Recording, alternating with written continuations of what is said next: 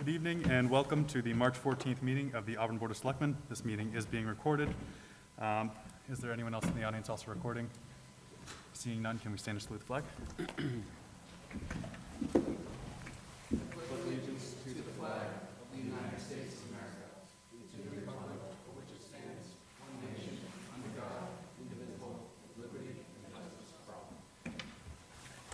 just pull up the script. I have one right here if you need it. Oh, actually, Yeah, just ignore the top. thank you. You're welcome. All right.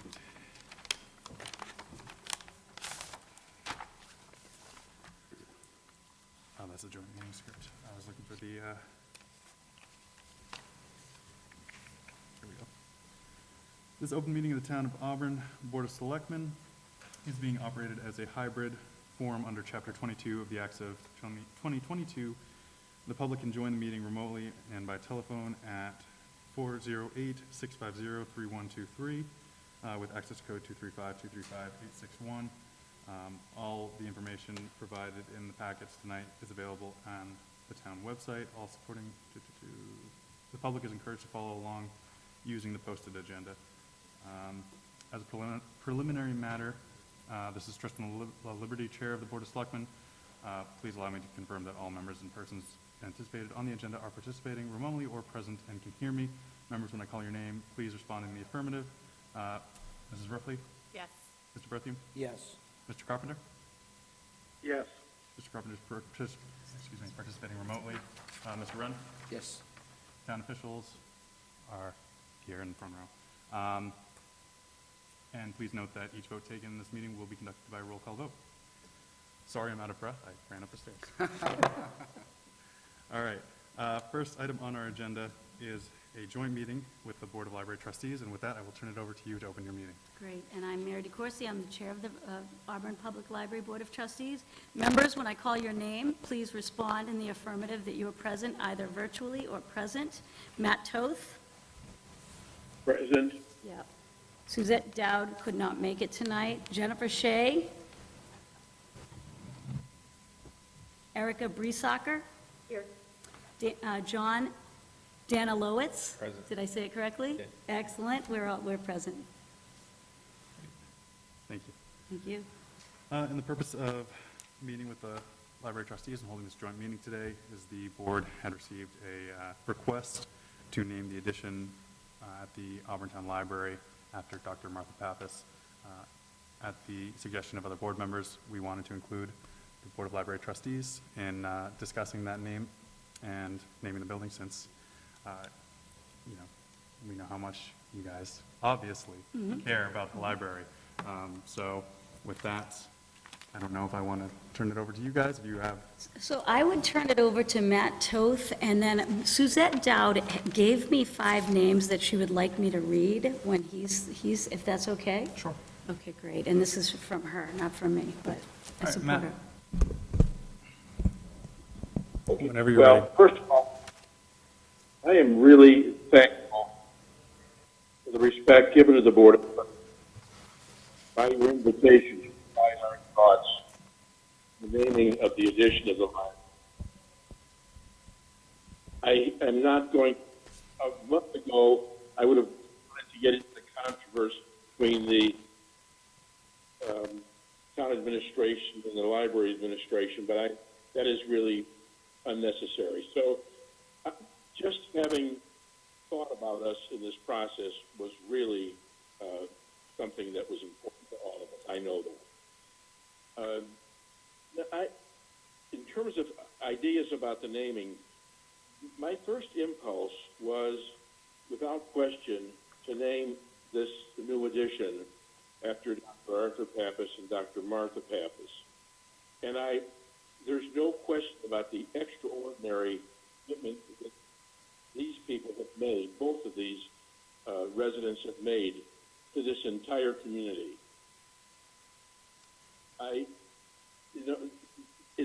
And I think the community has responded to their generosity, both through naming of places at the high school and also at that incredible magnificent recreation complex. I would just like to offer that naming the new addition after the Pappases is certainly one very positive alternative. And I would also like to add one group of people, and this is very uncomfortable for me, but I don't care, because I think of all the people who've gone before me, the hundreds of trustees for the library, and I would want at least some consideration that the edition be called Trustees Edition.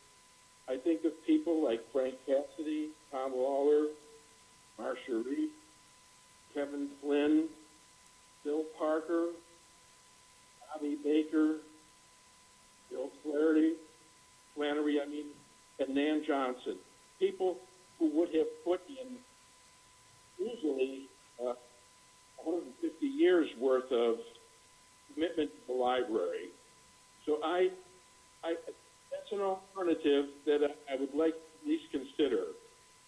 I'm not looking at the current trustees, but I'm looking at people who have in the past made the significant contribution. And it would be an opportunity to remind the community that the trustees are significant, they are important, that they add something. So those are the two possibilities that I'd like to offer. I really am just thankful that you've asked us to participate. Thank you. Thank you, Matt. Do you have the, Yes, I have. Suzette Dowd gave me 5 names that she would like me to share. I'll say them in advance, and then I'll talk about her reasoning behind it. One was Matt Toth. One is Jean Collins. One is Elizabeth Johnson, Martha and Arthur Pappas, and then Nan Johnson. And she says, the naming of the sunroom, in order to prepare for it, Suzette met with Julie Jacobson and really wanted to talk about just focusing on the big picture of the whole Auburn community. As a resident, she felt that residents should have a vote in this process, and this is her voice. I'm just, being supportive to share it. She said, Matt Toth served the town of Auburn from 1978 to present, dedicated from 1978 to 1981. He's dedicated hundreds of hours researching the salary of the library director. He's been a town meeting member. He was a town meeting, for 10 years. The Board of Trustees research for the Friends of Auburn Library. He spent hundreds of hours, and he was taken off when the Friends of Auburn Library was taken off the roll. He was the person who really problem solved to put that back together. The second person is Jean Collins, who served the town of Auburn, made significant changes to the Auburn Public Library. She's improved the facility. She works hard. She runs excellent programs. Elizabeth Johnson served the residents of Auburn from 1972 to 2018, excuse me. Served the town of Auburn from 1973 to 2018, dedicated her life to Auburn. She was a teacher in Auburn Public Schools, of the Fine Arts Department chair. She was the founder of the Early Act Theater Club for K through 12 students. She also nominates Martha and Arthur Pappas, the most generous philanthropists in Auburn. They are people who seek to promote the welfare of others, especially by the generous donations of money to great causes. They donated funds to improve the library facility. Nan Johnson retired her position last spring. Nan has always been a voice of reason. She doesn't have a mean bone in her body. She's improved the entrance of the library with gardens for many, many years. She's an avid library supporter and advocate. She taught reading, writing to Auburn students for 30 years. She's a serious advocate and promoter of the town of Auburn. Her license plate says Auburn. And then she finishes with saying this process of naming could be, 1, put on a ballot, 2, let it be an item for town meeting. Number 3, we need a more deliberative process. She says her opinion is, I believe there are more qualified nominations, and why don't we wait to name the sunroom until it's built and ask the public to be heard on this matter? Thank you. so I just want to clarify that the process that the board follows for naming any public building is to solicit input and nominations. And when the board receives a nomination, which we did, we hold a public hearing based on that one nomination. So if any other names are nominated, we'll have another public hearing based on that name, and then before any decisions are made. But that's the public process. And the public hearing that's scheduled for after this joint meeting is that part where we try to solicit input from the public and really get the notice and intent of anyone in town that wants to talk about the person that was proposed or any other names. With that, are there any other comments? Any other? Maybe just some perspective, kind of from two viewpoints. So one is having, moved around the world and gone to a bunch of our different diplomatic posts where rooms, buildings, et cetera, have been named for individuals. There's obviously a tendency to focus on something immediate, somebody who makes an immediate contribution, something that happened. The question is, what endures for time? And I bring this up because I had the opportunity, thanks to Gene, to visit the library and get a tour the other day. And I walked through the Merriam room. I don't know if anyone here knows who Merriam is or why a room is named after him or her or them at the library. But again, to me it was a reminder that this is not only a process that should go through this deliberation, but then it should have some meaning over time. So whatever the decision that the board ultimately makes, I think how we communicate that, whether a plaque, a story, something to ensure that it's more than just a name that goes on a wall, but there's something that's behind it. The second thing is just to, perhaps, separate the issue of financial support, which is obviously critically important, from the act of naming itself. And to me, there's nothing that precludes doing both. So if Say that going into our public hearing afterwards, if it's the intent of any members of the Board of Library Trustees to add another nomination, we may want to continue the public hearing. That's, again, something to talk about when we're in the public hearing, but hold off on any votes. I just want to make everyone think of that. If we get another nomination, we'll need to schedule another public hearing. So just want that on everyone's mind. With that, if there's nothing else to add, nothing from Matt, can close the public hearing. Or not the public hearing, excuse me, the joint meeting. The joint meeting. Is there a motion? So moved. Second. Motion's been made and seconded by a roll call vote. Mrs. Ruffey? Yes. Mr. Berthium? Yes. Mr. Carpenter? Yes. Mr. Wren? Yes. Excuse me if I... Mr. Toth? Yes. Mr. Danilowitz? yeah. Mrs. Priesthocker? Yes. And Chair Mr. Corsi? Yes. All right, and the chair votes yes. So we are adjourned. Thank you. Thank you all for coming in. Thanks, guys. You guys gonna hang and listen? Okay. Great. Thank you.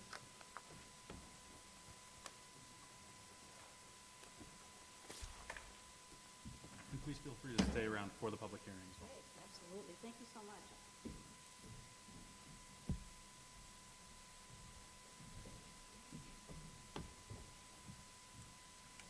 Do we have any public comments? I just looked at it, it was blank. Thanks.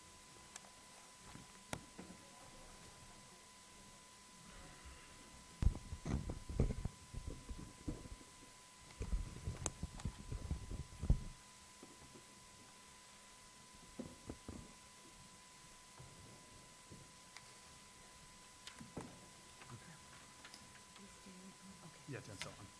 All right, moving on, under public comments, we have none, and public hearings and presentations. We have the 6:45 and there's 6:47, so we can open it. Hearing on the proposed naming of the new Auburn Public Library Sunroom Edition, the Dr. Arthur and Dr. Martha Pappas Room. Is there a motion to open the hearing? So moved? Second. A roll call vote, Mrs. Ruffey? Yes. Mr. Berthium? Yes. Mr. Carpenter? Yes. Mr. Wren? Yes. And the chair votes yes. So, as you all know, we received a for being named in recognition of someone. The board's policy is to hold a public hearing after receiving nominations on that person. I don't know if there's anything the town, $505,000 for the project. And then when we realized, and that, excuse me, to back up, that included the library, the pedestrian bridge, and the Garden Park project. So that was our system in the entire library. So that cost is about $250,000 if we can get it at that price.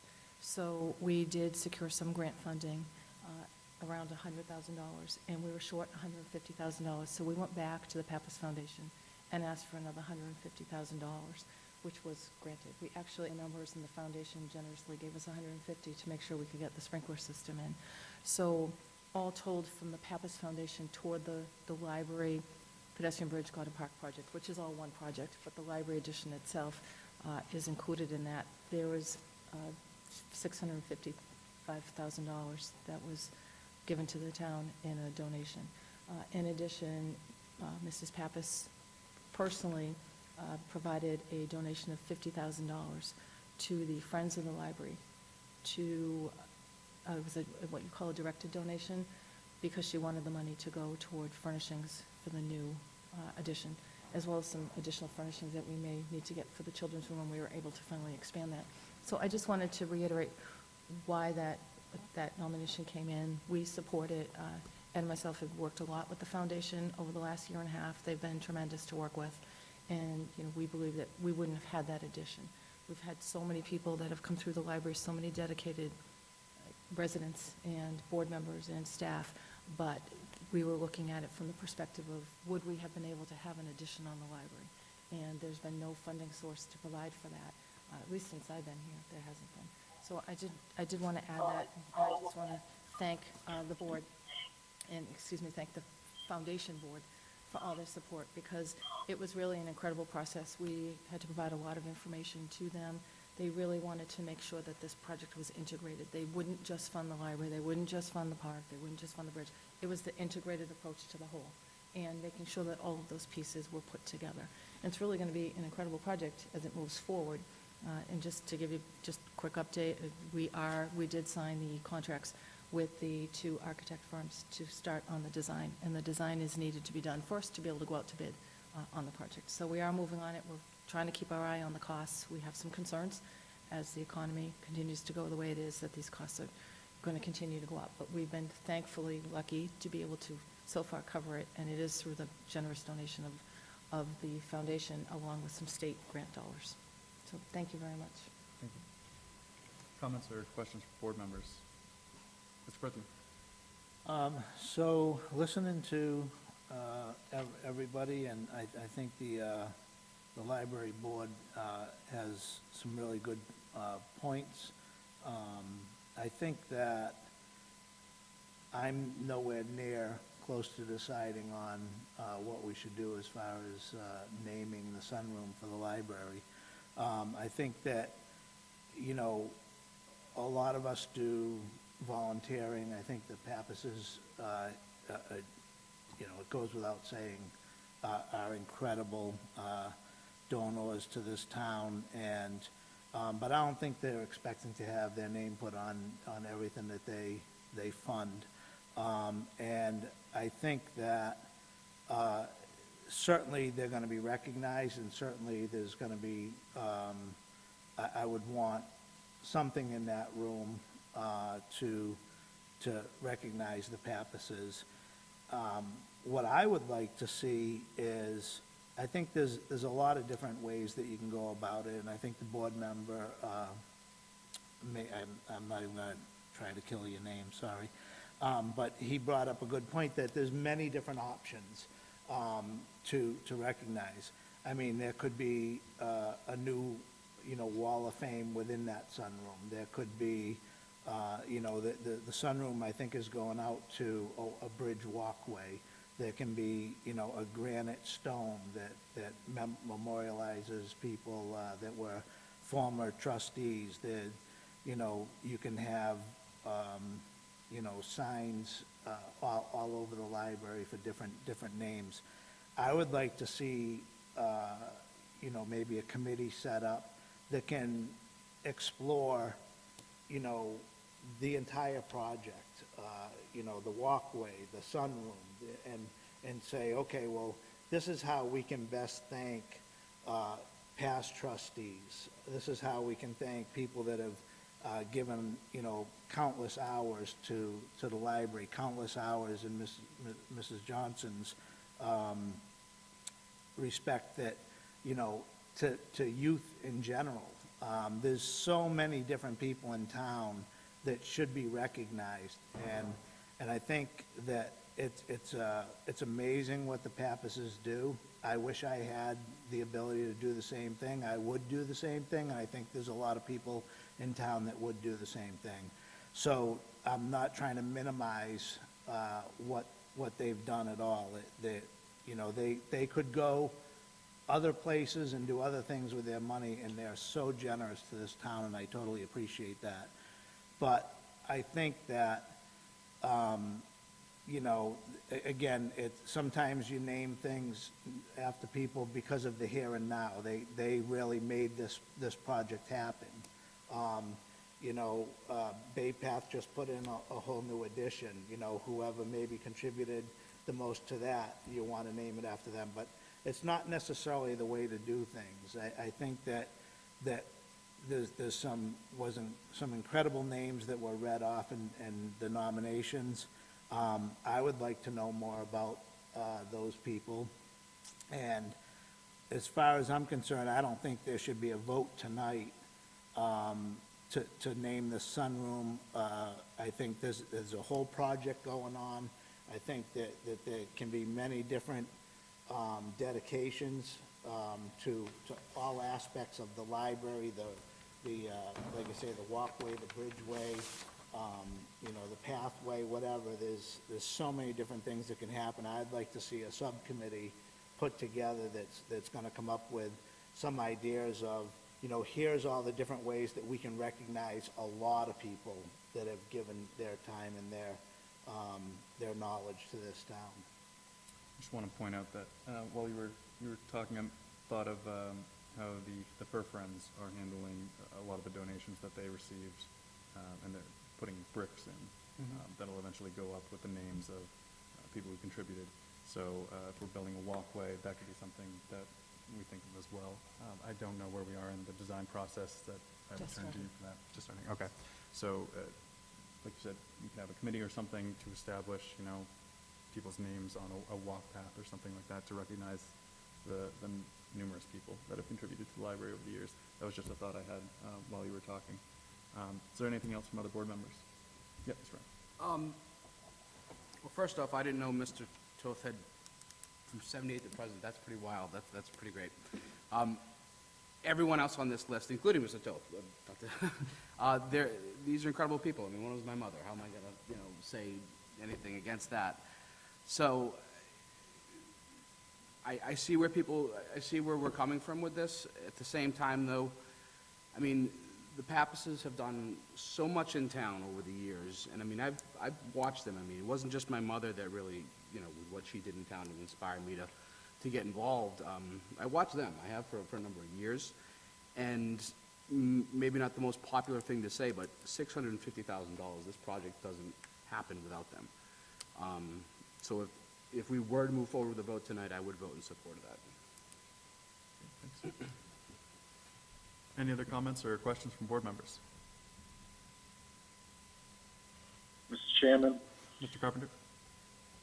I agree with Mr. Berthium, and I certainly want to include the library trustees in anything going forward with naming something. And as people know, I'm not a fan of naming anything after anybody. Not because people don't deserve it, but because these structures and places belong to the people of the town of Auburn. They don't belong to any one person. So, to me, I think we are very early in this process. I thank, Mrs. Collins or Dr. Collins for, kickstarting this process, but I think we're a little premature in starting a discussion about naming it for anybody. But I agree with Mr. Berthium, and I would support, creating a subcommittee and asking the library trustees to serve on that subcommittee to try and bridge the gap here and come up with some middle ground. To clarify, Mr. Berthium, were you suggesting a subcommittee to name the sunroom or No. look at ways to honor other? A subcommittee to come up with ideas of looking at the entire project, because there's a sunroom, there's gonna be the park behind the fire station. There's going to be a bridge over the water, walkway. There was an active member of the school committee, and they included him on that. I thought that was a very nice touch. It's a headstone that sits out by the entryway of as you drive up.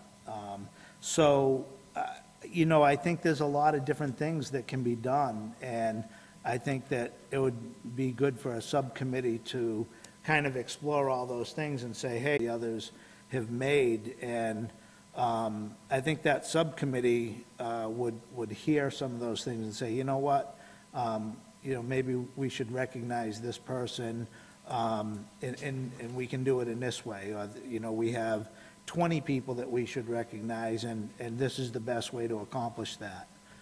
So I don't think we should have a subcommittee to, Hold the hearing, and then you make the decision.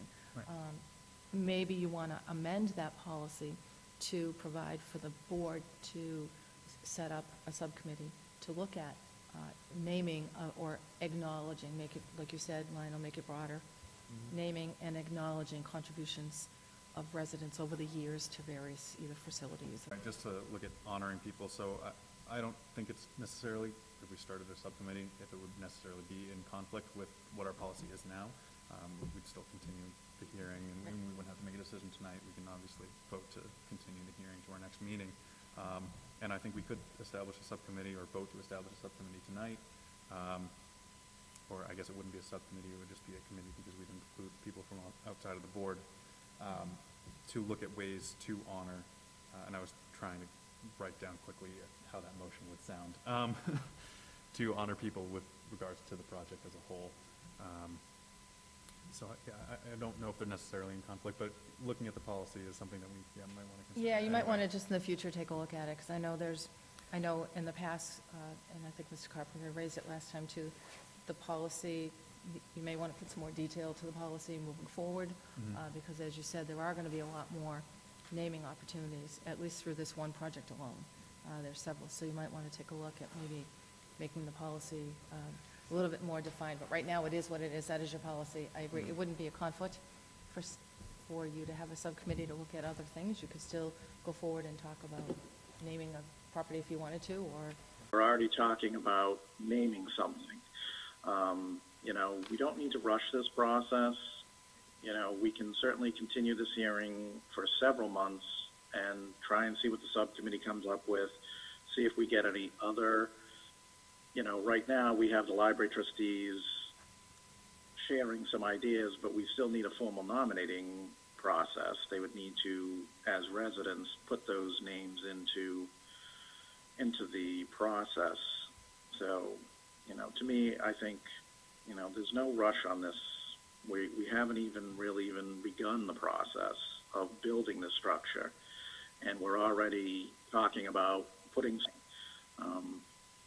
however worthy it is, it's, let's give it time. Let's spend some time with various people and try and come up with a good solution or a good answer before we, jump the gun and make a vote one way or the other. Okay, thank you. I'm just going to ask everyone, because I just got a message from Dan that the audio is a little bit muddled, so everyone may want to pull their mics closer, including myself, so I can go through more clearly. I agree, I don't think we have to rush it tonight. That's why I think we can continue the hearing. But if we wanted to establish that subcommittee to look into other ways to honor people, I think we could take that step tonight. Again, up to the board and what the board as a whole wants to do.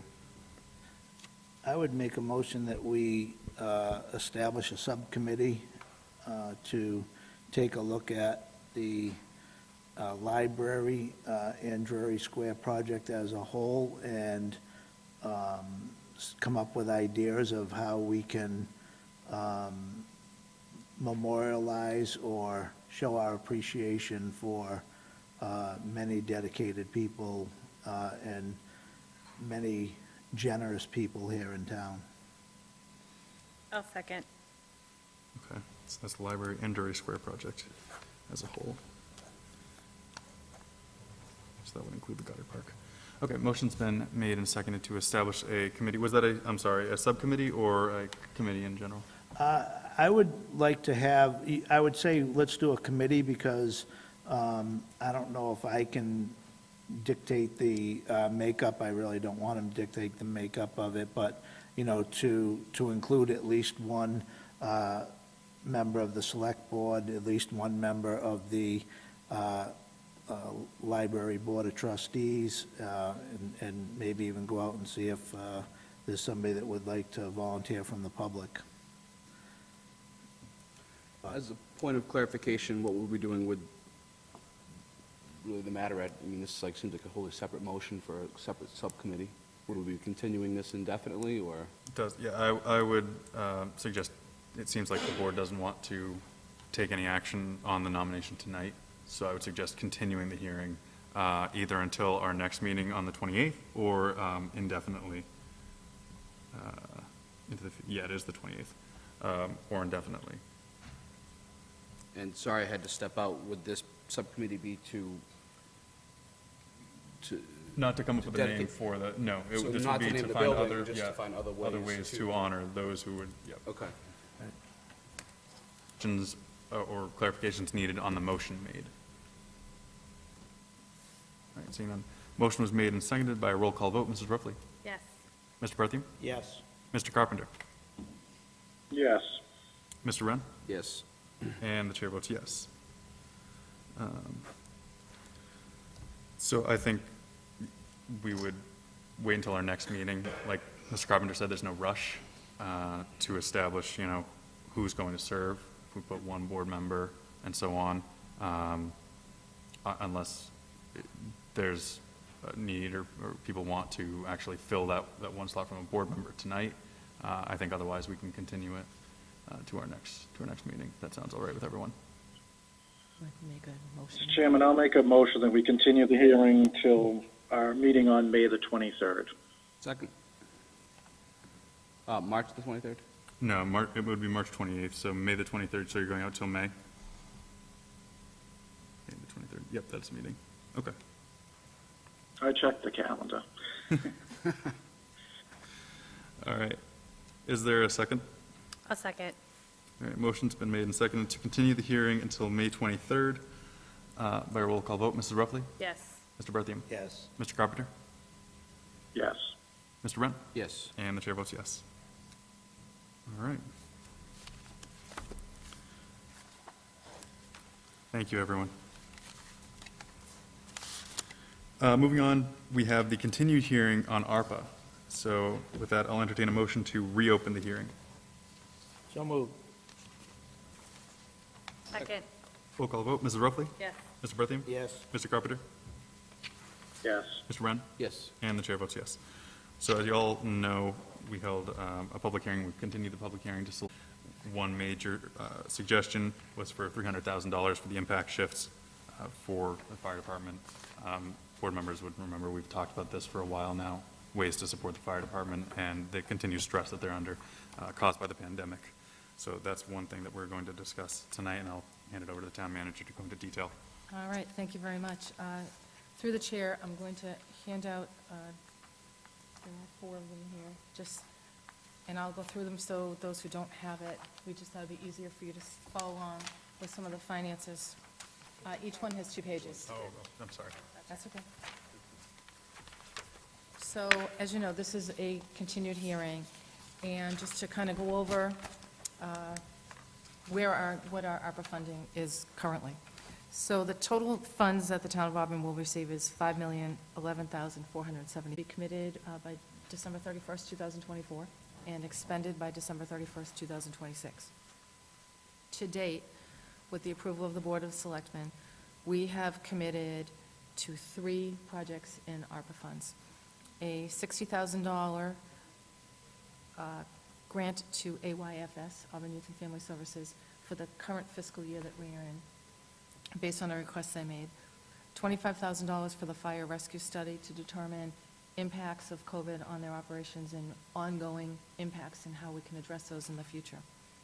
And $75,000 for public health, various public health, including the kiosk, testing, and other public health-related costs related to the pandemic. So that's $160,000. So this evening, during your continued hearing, we have 3 requests before you for your consideration. The first is a $300,000 request that we had raised previously for a 3rd ambulance shift and supplies for that ambulance. $180,000, and there's a letter in your packet from AYFS, and I know Norm is here today from the Youth Commission to support this also, but there is a letter in your packet that came in from Sally D'Arcangelo, who's the Executive Director of AYFS, seeking $60,000 in each year, FY23, FY24, and FY25.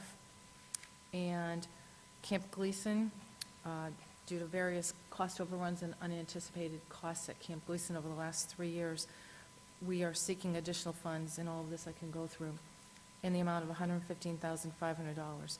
So tonight's request is $595,500. And if you read down on the page, if tonight's request was approved, the total ARPA committed dollars at that point would be $755,500. That would leave a balance remaining to be committed, again, by December of 2024, of $4,255,972. In the past, we have talked about some priorities, and the chair had asked me to just raise those again this evening as part of this. And some of those priorities, I don't want to say they keep shifting, but as we've learned about new federal funding sources and potential state funding sources, we didn't want to come before you tonight and ask for specific sewer projects because there's still an opportunity. We might be able to get some dollars from other sources. So before we use our ARPA dollars in an area that we could potentially augment it with other funding, but I would tell you that we're likely, if everything were to play out, we would probably want to come back and ask for about $2 million for sewer. And I couldn't tell you what exactly yet. We want to see what other things we get funded, but I can tell you some of the needs that we have. The needs we have for DPW director, the needs we have for sewer could exceed $20 million. You know, it's an enormous need.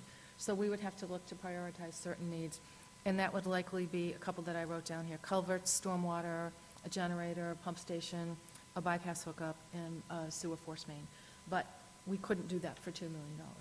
But $2 million would hopefully fund 1 or 2 of those critical projects, and maybe we can get some other funding through the IIJA, which is the Infrastructure Investment and Jobs Act, which is a federal act. We just actually saw today a grant program was just enrolled today that we could apply to for roadway projects. So I think we're going to start seeing some programs folding out, so we want to be careful to not commit the money until we know what else is out there. The other thing I want to raise is I have yet to see any additional programs being announced, it doesn't mean there won't be, for HVAC improvements. And as we had explained to the board back in the fall, the HVAC replacements and upgrades for our municipal buildings come to about $1.2 million. You know, they're older buildings. Some of the ones aren't that old, but unfortunately, they weren't built to withstand the physical pressures on some of those buildings. So we have serious HVAC issues. We spend a lot of money on repairs every year. If we were to go through and completely overhaul, replace some, repair some, it would be $1.2 million. Again, that's if we do all of the municipal buildings. We may have other needs that come up where you may, want to say, let's prioritize and do these 3, and that's all we're going to get to. And then our ADA upgrades. Again, this is totally eligible. We have an ADA transition plan to identify where our public facilities need to have ADA upgrades and improvements. That includes our buildings, our parks, and other recreational facilities in town. I believe the total amount of ADA upgrades that we need over time it probably exceeds $2 million. And again, that was 3 years ago. That was the cost. Today's cost, we can't even put a number on it right now. So even if we put somewhere in the $400,000 range, it would give us a little bit to start working toward those ADA upgrades. So that if we were to do those, we'd be in around the $3.6 million, still leaving about $500,000. So I think some other things that we have to keep in mind. We have requests for premium pay for eligible town employees. We may need additional, and I apologize, this is a typo on my fault here, on the Auburn Public Library. Again, we've got the funds identified for the sprinkler system. We're really excited about that. If we go out to bid and the cost comes back and it exceeds the dollar amounts that we have, we're going to need to look for another source to augment that. And likewise for Camp Gleason, which we will go through, the Camp Gleason project right now does not require a sprinkler system. That being said, while the building is open and under construction, it's far more cost-effective to put one in now than it would be down the road if the code were to change and if we would have to put in a sprinkler system. Again, those are two costs where we don't know what those costs are, and we're not 100% clear yet if ARPA would fund those. As late as this afternoon, I was on a call, a federal call on ARPA dollars, and regulations are still being promulgated. There's still new information coming out every day. So we don't want to make some recommendations to you that may not be necessary and may change over the next coming months. But those are things I wanted to keep on the board's radar screen. So with that being said, Mr. Chair, if you don't mind, I can just briefly go through the Camp Gleason and just quickly the library sprinkler system, and then if anyone has questions, I know we have Joanna Paquin here as well, but I'll start with the easier one, which is the library sprinkler system. So again, $250,000, we have $150,000 in the grant from the Pappas Foundation. We have $50,000 from the overall budget for the library Goddard Park Bridge that we could dedicate to that. And we did receive a state EOPS, which is public safety, earmark for $50,000. So that should give us the $250. Again, just keeping in mind, we're trying to keep our eyes out for something that may be able to fund any cost overruns, given the market right now. Camp Gleason, a little more complicated. Camp Gleason, the original appropriation at town meeting, I believe in 2018, is $200,000. And that was to renovate Camp Gleason with the main goal of providing new meeting space for us. As you know, this is the biggest room we have. Then we have some smaller rooms. We have the planning board room and the commuter room at the police department, occasionally something at the library, but we are in FY '22. Sorry to interrupt. Oh, sure. I just got to note that your audio is a little unclear, so I don't know if you Sorry. want to talk to the mic. Sorry, Or does that Chris, help? We have the, Is that better? don't know. Okay. How does that work? Dan, is that any better? Dan, can you hear me better now? Yeah, it just seems to be a reverb just on your mic, Julie. I'm not Okay. sure why that. That's because I probably keep turning my head to look at, to look at the chair, so I won't turn and look at the board, I'll just look down at my notes. So, thank you for telling me that. So, the expenditures in FY '22 were $54,000, a little bit over that. Again, we had issues that we didn't realize we were going to have. Until those walls were opened, we had no idea what would be behind them. We couldn't open them prior to the project starting, because without the funding, we had to take our chances and go forward and do the project. And when we opened it up, there was some serious mold and asbestos in the building. So that was very expensive, and some of the materials that we needed to do on top of the remediation of that cost extra dollars as well. We found some rot in some of the structural components of the building that had to be replaced. So the good news is, it's moving along, it looks great. We would love to have the board come and take a tour and have our town meeting members come in and see the building. So that's what we have spent to date. So if you look here, without going through every single item, there are probably about 10 or 12 categories that we still need to do to complete the project, which we would probably be able to complete by the end of this calendar year. 3 of those expenditures are ARPA eligible, and that would be the insulation at $38,500, the HVAC at $33,000. And the reason for the video equipment, obviously, is because it would allow us to have remote or hybrid meetings in that room and bring public meetings and events and community events to the public through Auburn Cable Television, which is, ARPA is trying to reach all households. We're trying to make deal with what's happened in the pandemic, and as we found before that, we didn't have the equipment to do all of this. So it's really critical that we plan for emergency situations like that moving forward. So the ARPA eligible amounts, as you can see, come to $115,000. So the whole project right now, the budget, with a contingency, we had to make sure we put that in there. The costs are literally going up as we speak. They're going up on a regular basis, and we don't have any control over that.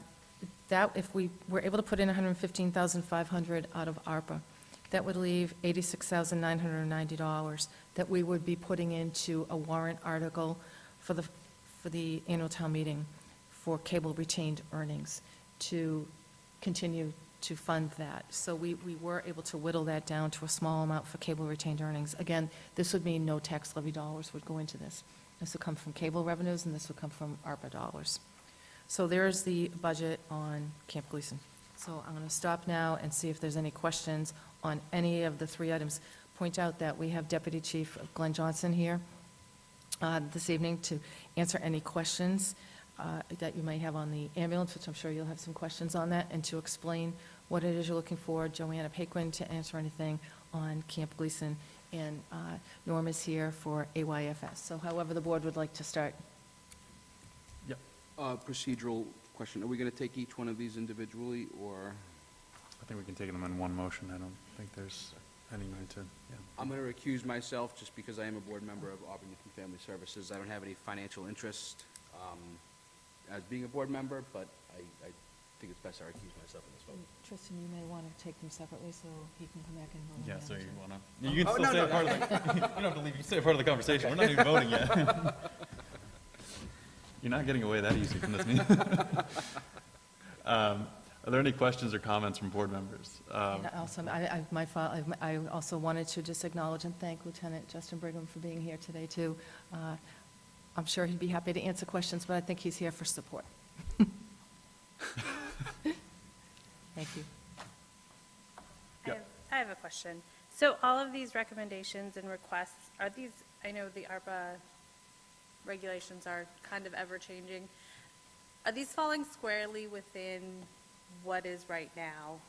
That's a great question. Yes, that's why we're coming before you tonight. Okay. It is very clear that the Auburn Youth and Family Services is an eligible activity.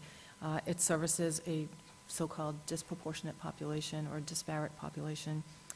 The services that they provide, the mental wellness, the counseling, the food bank, all of that has increased because of COVID. So that's clearly eligible. The ambulance is clearly eligible.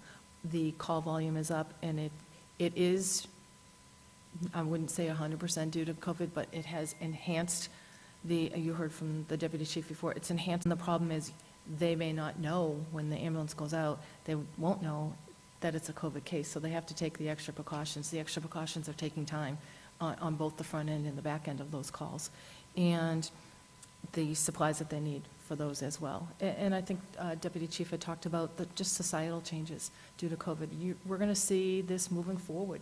A lot more people are working at home. A lot more people are in their homes as opposed to in an office building. More people are nervous about health-related issues and calling 911 for an ambulance, whereas maybe before they might have gone to a clinic. So we're seeing a lot of societal changes that are having a major impact on the ambulance.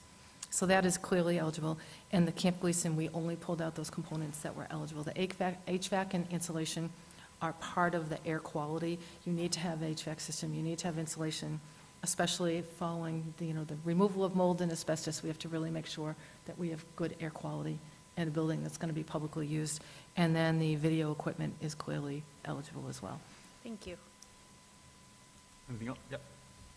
So I'm just gonna take them one at a time. As far as the third ambulance, I think anybody that's talked to our fire department or any local fire department knows that all of the fire departments are basically back against the wall right now. I mean, everybody is just so incredibly busy, and having the manpower and being able to put a third ambulance that I know will get used all the time. I certainly have no issues at all. I think that that's money well spent. Auburn Youth and Family Services, they're asking basically for $60,000 a year. I think that's what ARPA's here for, Youth and Family Services. You don't even have to say anything more about it. It's that I think that's a low number. But obviously this is a generous community, and we'll also, as a community, continue to support Auburn youth, but certainly I wouldn't even blink an eye at $60,000 for the next 3 years. The Camp Gleason, you know, obviously, it's not a historic building, or is it a historic building? I don't think it's technically a historic Right, building, but correct. it's certainly a building that, from my childhood, was used a lot by our town and by other meetings. It's a great hall. I can't wait to see it. I haven't seen it yet, but I have memories of, you know, adults having meetings upstairs while kids had meetings downstairs. So I don't have a problem with any of the spending. One question I do have on Camp Gleason is I see $33,000 on video equipment and $50,000 on electrical. And are we getting state-of-the-art video and audio and that type of thing? Because I'd hate to see that we're, you know, using today's technology and not wiring for tomorrow's technology. So obviously, we have to buy today's technology to use today, but, you know, going through computers over the last 30 years, we've used, you know, 10 different types of cabling, and, you know, obviously fiber optic is probably the thing now, but whatever's, you know, going into the next phase, we should put that in. We should also put maybe conduits in, or duct work, conduits in, so that if we have to run new types of wires, you know, we're not pulling walls apart and that type of thing. So I just want to make sure that we're spending the right kind of money there. I see, Chris, I wouldn't mind you giving a couple words on that. Our plan all along was to put conduit in the building so that we can expand out as time goes by. So before all the walls are sealed out of the building, we're not using the basement for anything more than storage. So we can drop right down through the floor, run across the ceiling of the basement, and then go up to any place we need. And as for the cameras, there'll be NDI technology. They're power over Ethernet. We have fiber in the building already. We have a fiber drop there right now. So, from there, that runs to the town hall, and we have a link from the town hall to the high school. And as long as we have the fire department here, can you just give us a couple words? Obviously, you've been there along the way, and as far as means of egress and even the driveway going in, I know it's a little bit of a windy driveway going in. Is everything, do you guys feel comfortable with everything that's going on there? As of right now, we're very comfortable with what's going on at Camp Gleason. I know fire prevention is working closely with the building department to make sure everything's to spec. Okay. Thank you. Through the chair, I should also point out that we've had several meetings at Camp Gleason. Jimmy's just doing a tremendous job, as he does with all the projects that he touches. He's talented. But we've had some meetings also with many of the people in this room. The fire department's been involved from the beginning, our building commissioner, our DPW director, our DDIS director, who's also the public health. There are a lot of components to this that affect different departments that we're really trying to take a look at. I would tell you, initially, we were hoping to put in more of a commercial kitchen, and there were two reasons for the commercial kitchen. It was to have the ability to have cooking classes on cable TV, and at the same time maybe allow different programs to take place through the Recreation and Culture Department or the Senior Center. And it was also to be able to give us the equipment that we needed should we rent it in the future, to bring in some additional rental revenues. What happened because of the requirements of a commercial kitchen, the public health requirements and the code requirements, the cost of the kitchen was about $100,000. And we just felt we couldn't justify it, so we cut that out of the budget. So what you see in here now is a kitchenette. So just your very basic, a countertop, probably a refrigerator, because, first of all, if you're going to be using it for town functions, there is no other place there. There's no other place to keep food cold. You have to do that for catering purposes. And potentially the requirement on the sinks, the Public Health, Board of Health requirement for certain types of sinks. But we really cut that back to just be a kitchenette, to just serve the meetings. We're not going to be doing any type of commercial kitchen or cooking shows or anything like that. We feel that that was an unnecessary expenditure. It would have been nice, but not at that cost. So we're looking to other options for doing that in other facilities, but we just didn't feel that it was appropriate to put the money in there. So what you see here is as bare as we could get, and still keeping within the mission of the cable revenues, which was to create a meeting space that we could use for televised meetings, which ties right in with COVID, just being able to televise any type of event or public function in there that we don't currently have the means to do. So we have cut some things out of it. Where we couldn't cut, we did build in what's remaining, we built in a 10% contingency, hoping that, over the next couple months, we'll be within. I think there's a little cushion on a couple of these, just in case the price goes up. Again, it's just been changing so rapidly. But I'll just give you an example. The hood for the commercial kitchen by itself was $75,000, just for, excuse me, I take that back. It was the 75 for two. It was about 40. So it will be built out nicely. It will be a great function room. It will be. And can Bay Path take any part of those? We could check into that. I'm only hesitant because we work, we have special town employees through the school department, so we actually have on staff electrical and plumbing equipment. Yeah, I just feel that anytime our town does something, we should look into at least builds and that type of thing, and we should try to utilize them as much as we can. Thank you. Other questions or comments from board members? Mr. Chairman, just one question. Sure.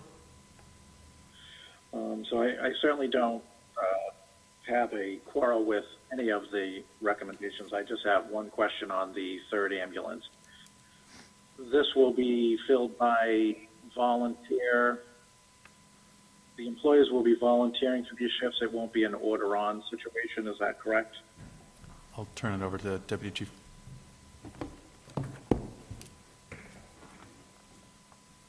Through the chair to Mr. Carpenter, yes. This will be overtime for the current firefighters, but there will be no order-ons for the shift. Thank you. You're welcome. Are there any other questions or comments from board members? Or anything from the public, since it's a public hearing? Seeing none, I actually had one question. It may be directed at Tom Zadelis. I see you on here. So one of the questions that we had gotten from a resident was about building a kitchen or using ARPA funds to have a state-of-the-art kitchen where we could create just make food for events around the town. And it sounds like that would have cost a lot of money if we had put it in at Camp Gleason. Is it possible to use ARPA funds for a larger kitchenette at Camp Gleason, or would that fall out of the guidelines? Mr. Chairman, if I may, can you hear me? Yep. If it was used for the purpose of eating, the disproportionate population, a case could be made, but it would have to be specifically for that purpose. Okay. So, Not a mixed use either. no, it would run. Sorry, go ahead. It would somewhat run parallel to the endeavor that you're doing, granted not to the scale at Auburn Youth and Family Services, although they don't cook the meals, they distribute, prepackaged food. So the safe haven would be if it was more, such as a community kitchen, that would be a safe harbor rule. If it was a community kitchen, would that be a mixed use, so you could use it for, I guess, recreational events and sell food along with using it for a charity like Auburn Youth? Or would it have to be specifically and solely for Auburn Youth or another like-minded charity? The underlying purpose would have to be the preparation of food. But He's downstairs, too. Oh, sorry, Tom, could you repeat yourself? You cut out a little bit there. there's no parameters out there. Sorry, Tom, could you just say what you just said again? If the underlying purpose was, okay, let me try it one more time. Can you hear me, Mr. Chairman? Yes. Sorry about that. If the underlying purpose would be to construct the kitchen for, distributing food for disparate populations, you could make a case that the kitchen could be an eligible expense. Okay. All right, thank you. I was just curious because it was one of the questions raised by a resident when we had the public hearing a couple months ago now. So I wanted to ask it while it was coming up. So thank you very much. I appreciate that. And just to add to that, I think because we had looked at it, I think our concern, Ed, Tom, and myself too, was to have a kitchen that was potentially for commercial uses. That's why we wouldn't have even put in the kitchenette under ARPA funds here, because there's a potential to use it to service the town or a town meeting, any kind of board or commission, and that wouldn't be considered a disparate population unless they were specifically focused on addressing that population. So we just thought it was too questionable for even a small kitchenette. All right, thank you. Well, if there are no, oh, yes, sure.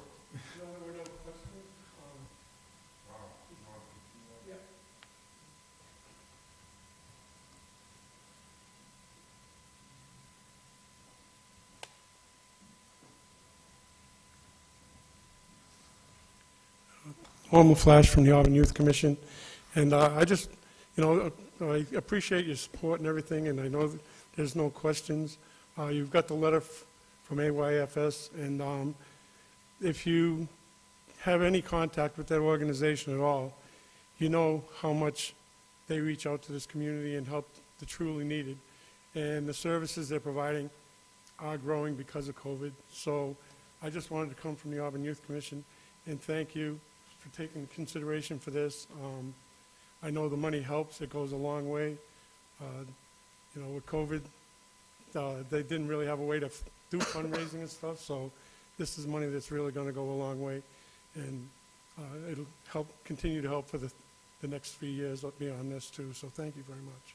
Thank you. All right. Seeing no other questions or comments, I'll entertain a motion. I want to do this each individually so that Mr. Wren can vote on the other two motions. Thank you. So I'll entertain a motion to expend $300,000 from ARPA funds for the third ambulance impact shifts. So moved? Second. Motion's been made and seconded by a roll call vote. Mrs. Ruffey? Yes. Mr. Berthium? Yes. Mr. Carpenter? Yes. Mr. Wren? Yes. And the chair votes yes. All right. Thank you. $180,000 for Auburn Youth and Family Services. So moved. Second. Motion's been made and seconded by a roll call vote. Mrs. Ruffey? Yes. Mr. Yes. Berthium? Yes. Mr. Carpenter? Yes. Mr. Wren? Recused? And the chair votes yes. 4 with 1 abstention. And that's $115,000 for Camp Gleason installation, HVAC, and video equipment. So moved. Oh, I'm sorry, 15,500. I misspoke. Yeah, 115,500. 500, yeah. So moved. Second. By roll call vote, Mrs. Ruffey? Yes. Mr. Berthium? Yes. Mr. Carpenter? Yes. Mr. Wren? Yes. And the chair votes yes.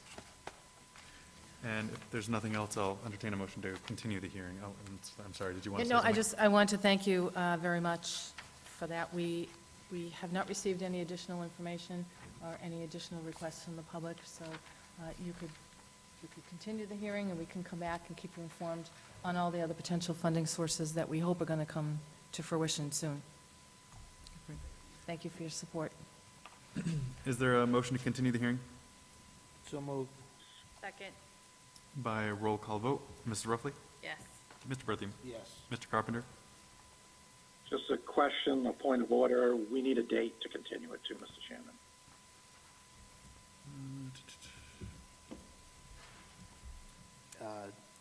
Beyond, I'm not even gonna be here on May 23rd. I'll be gone by then. And not that I have to be involved, but if the town manager or anybody has something to bring to this board, I think it should be continued meeting by meeting by meeting.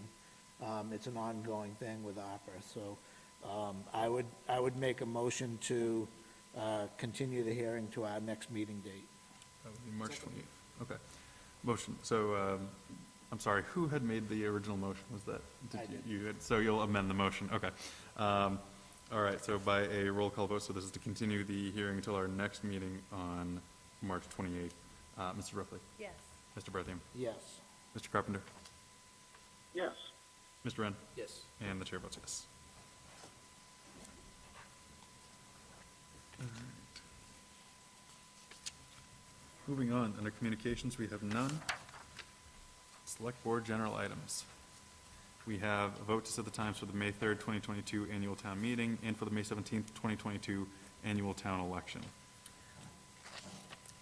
Through the chair, we were recommending, once again, to hold the annual town meeting at 6 PM.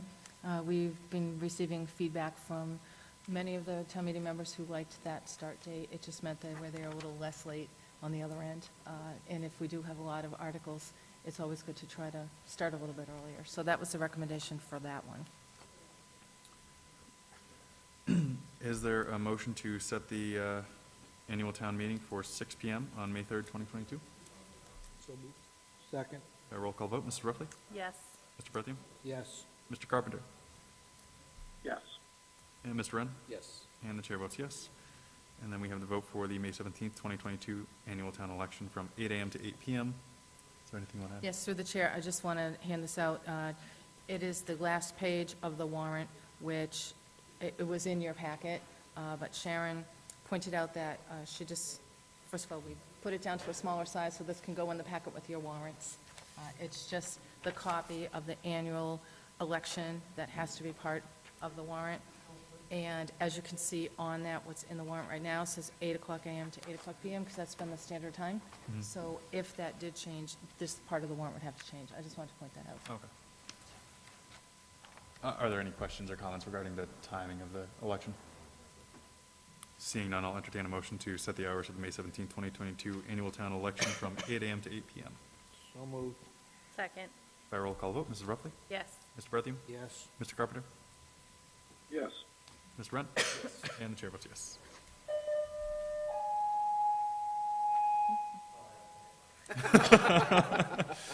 Was that a yes? We have the draft from the May 3rd, 2022 annual town meeting warrant and vote to Yes. transmit to town council. So through the chair, if I may, so the warrant is in front of you, and I did send an email to all of you, and you probably didn't even have a chance to see it, because thankfully, one of the board members asked some questions that we were able to get some information for today on the questions. But one of them was, it was just a Scribner's error on Article 27, which is the Camp Gleason article that we were just referring to. I inadvertently must have deleted the words Camp Gleason, but that is for Camp Gleason. So it will be back in the warrant. So this evening, what we're asking the board to do, and I think most of you have been in this process before, is we're not asking you to take a position on the articles tonight, but looking at it, these are the articles that have been submitted for the warrant. So if you approve of us sending this along to town council would then start to do his review for legal form. As you can see, we don't, and we, at this point, don't usually put dollar amounts in some of our articles. So there are some potential questions for any of the articles, because you should still be comfortable with what you have. Just because it's sending to town council doesn't mean you can't ask questions tonight. So we want to make sure that you knew that. And we have here the department heads who have sponsored articles for this warrant. We asked them to be here tonight. Just want to acknowledge, I don't see, I think she was here, but I know our acting school superintendent, Beth Chamberlain, is on the call as well to answer any questions on these school articles. I think there were 15 school articles. So we have Darlene Coyle here, Joanna Paquin, Deputy Chief Johnson, Seth Willard, and I think that might be it for warrant articles that you have before you. So if you have any questions at all, I know when you're not taking a position tonight, but it would be a great opportunity. If you had any questions, we're here to answer them.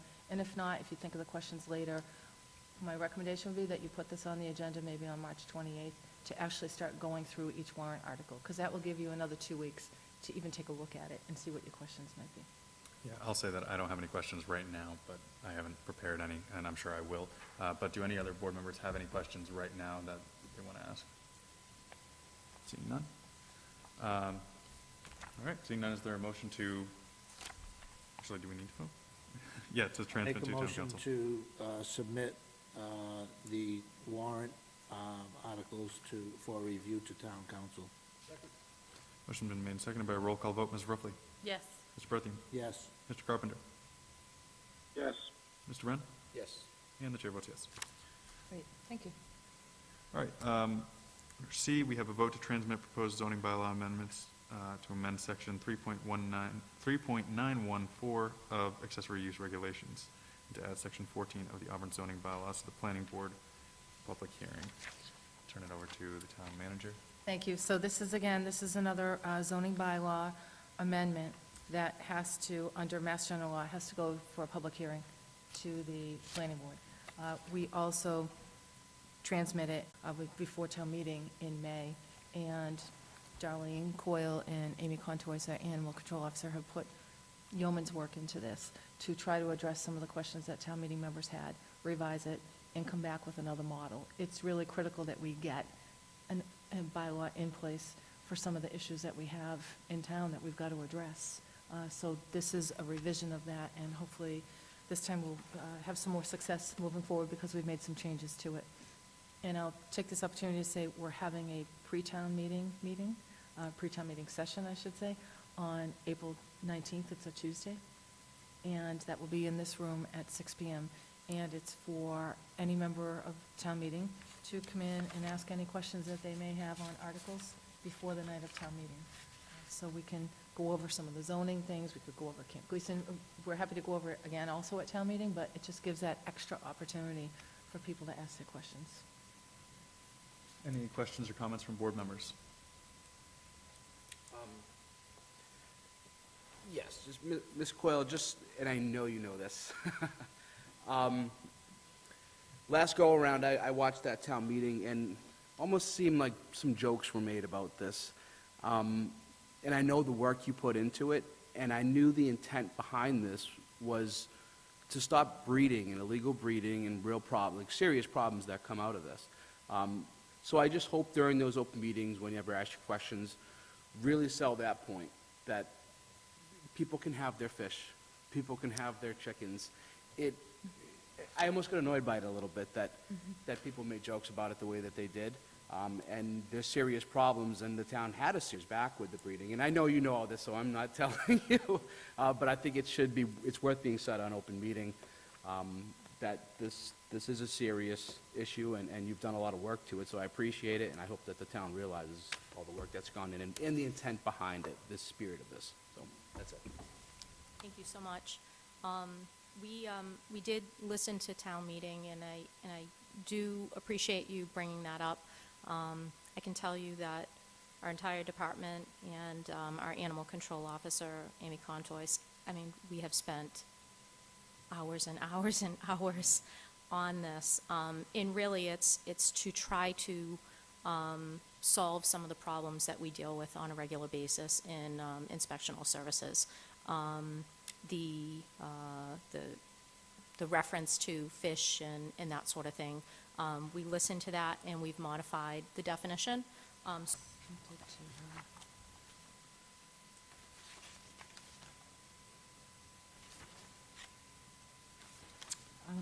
go down and try to find it Okay, thanks. and print it. Yeah, Sorry, I we'll just bring it wanted up. to That's check that okay. they're looking. If there are no other questions or comments, I'll entertain a motion to transmit to the proposed zoning bylaw amendment to amendment section 3.9.1.4 of the accessory use regulations, and add section 14 to the zoning bylaw to the planning board for a public hearing in accordance with Mass General Law to for 40A, Section 5. So moved. Yes, that.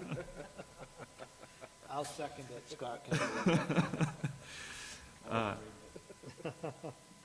Yeah, that's the last time I read one. By a roll call vote, Mrs. Ruffey, Yes. Mr. Berthium, Yes. Mr. Carpenter, Yes. Mr. Wren, Yes. and the chair votes yes. I'm going to ask that we take agenda item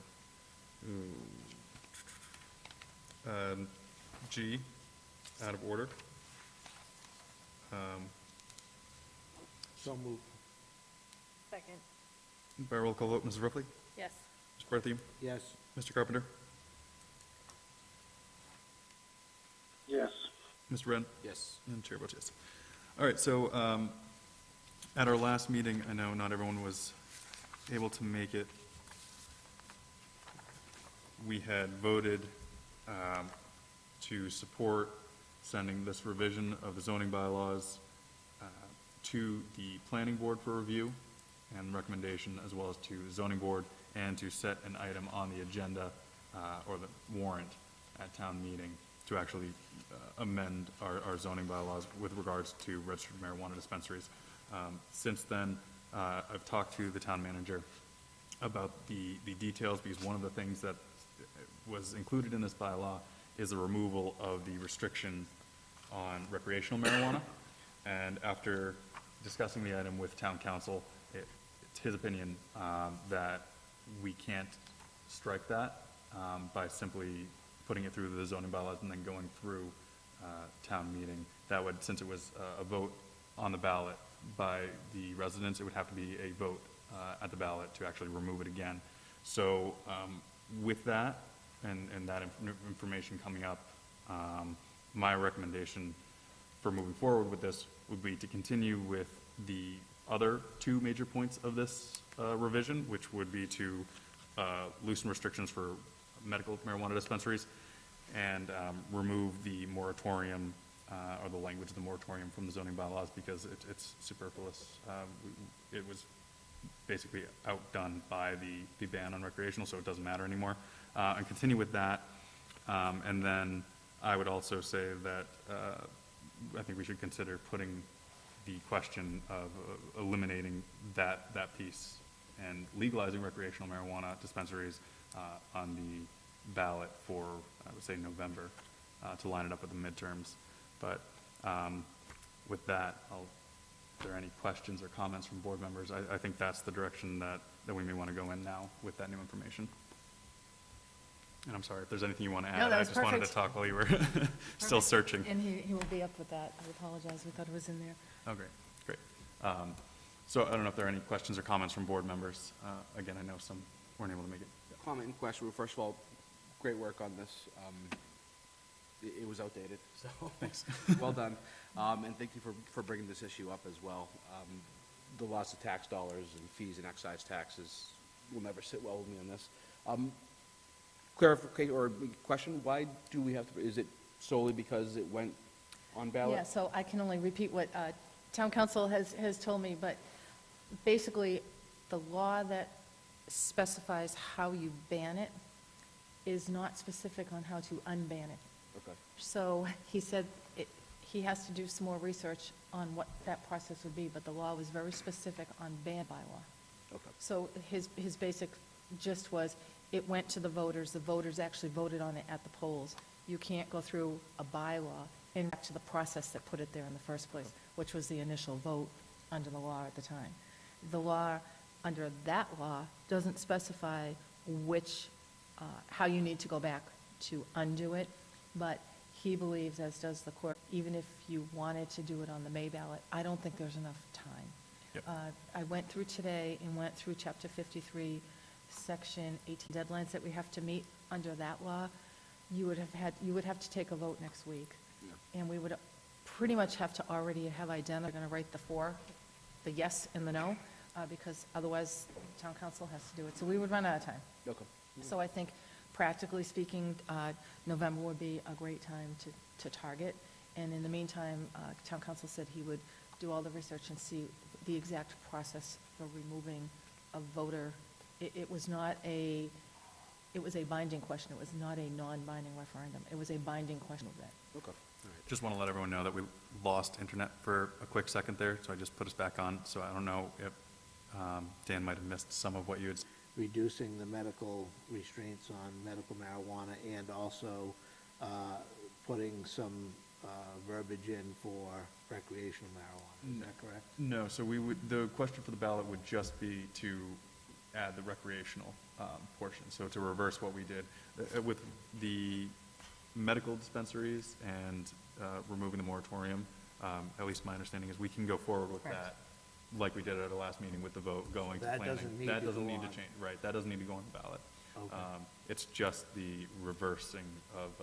So there'll be one question One on the question, ballot. right. Okay. Yeah, through the chair, we would have town council verify that. You have to make sure that the board would have some choices to make, because under that law, you can ban it or you can limit it. So if the board is considering any kinds of limitations, that requires a different question. So I guess it all depends on how the board wants to go. If you just want to remove all the bans and have no restrictions on anything, then I believe it's going to be one question to remove the ban. If you wanted to add any other types of restrictions, like reducing it to be a number less than the 20% of your ABCC licenses, that requires a ballot question. So it all depends on what the board decides as you get closer. And we can get you the timeline for that, backing up to it, but just even looking at today, it's at least, at a bare minimum, you're talking 7 weeks before the election that you'd have to get everything going. You'd probably really want to get it going about 3 months in advance, so you can get all that work done on the ballot question. But I don't know until we have town council research it, what we have to put on the ballot. I'm assuming it's one question, but it may be two. Thank you. And yes, you can continue, as you said, through the chair, you can continue with this registered marijuana bylaw amendment, and that process, the plan is that this is on the town warrant, the town meeting warrant. It's probably, if you vote tonight, though, you probably want to vote to make a couple of changes to it, and then put it back on the warrant. It's already on there as a placeholder, so it's fine. And then we could send it for legal form to town council. Yeah, so my recommendation would be to vote to remove, from how it's written right now, remove the section that amends 3.7. That's on the third page, and that's the one that would need to go on the ballot. And then leave the recommendation or the bylaw amendment otherwise the same.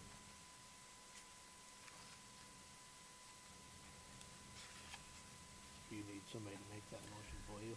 Yeah, I guess, I don't know if I worded it right. All right, so entertain Bring a it forward minus 3.7. minus 3.7 to continue with Yes. Mr. Wren. Yes. So Scott, I don't know if you want to talk and give the background, so I Sure. can pass the buck to you.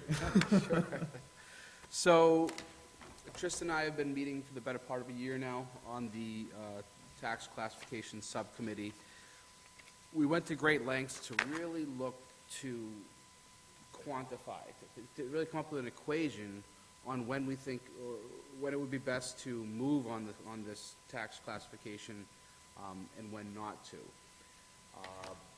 We thought we had some things in place. Ed aptly pointed out our some of the things we just couldn't there was too many factors. We couldn't account for everything, and there was no one equation which we came to realize that would actually work. We would have had a lot of unintended consequences, and frankly, based on the makeup of the board, we weren't convinced that we could get you guys all to agree on it either. Fast forward to the last vote, I think that Tristan and I had differences of opinion on that, and we really kind of realized at that point that we really should go with something more generalized. So that's really what you guys have before you today. It's more of a statement of intent more than anything. I just don't think that that there is any one equation based on there's so many different factors, whether it be house values, I can go down the list.